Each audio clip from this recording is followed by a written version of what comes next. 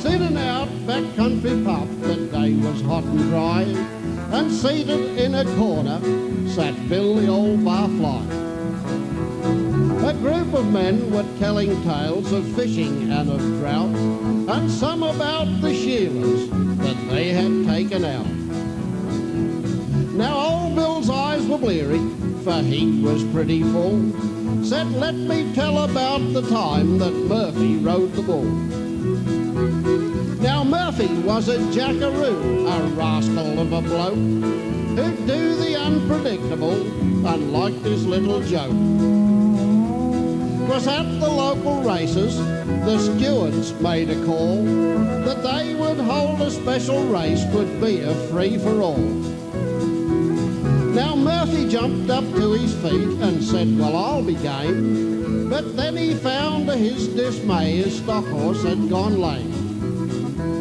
In a cattle pen down by the track stood a heifer, bull and steer. Now Murphy looked them over and grinned from ear to ear.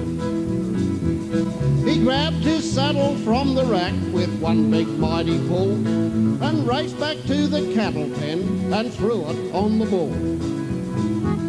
He couldn't find a bridle, but said, "Well, I suppose I guess I'll have to steer him by the ring that's in his nose."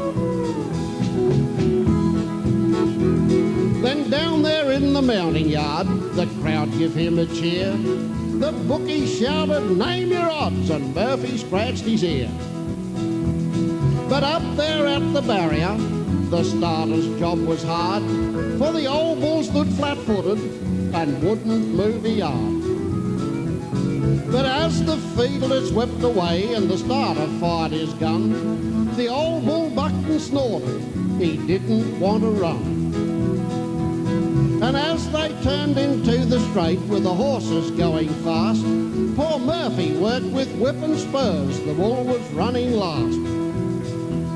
Just then down from the cattle pen there came a mighty crack as the lovesick heifer broke the rail and jumped onto the track. The old bull saw her straight away, his nostrils flared out wide, and the old hands talked for many years of Murphy's famous ride.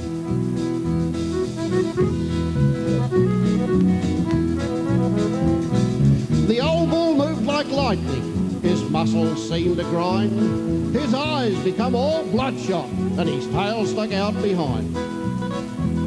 He caught the field up one by one till with a mighty grunt, just 10 yards from the winning post, he stuck his head in front. But when Murphy tried to stop him, the bull would not respond. He was headed for the heifer, who was standing by the pond. When he reached his lady-love he propped, and with one mighty pass, poor Murphy left the saddle and landed on the grass. Murph limped back to the judges. You know it don't seem right. Poor Murphy was disqualified because he weighed in light. Now old Bill swears the tale is true, though he was pretty full. He remembers it like yesterday when Murphy rode the bull.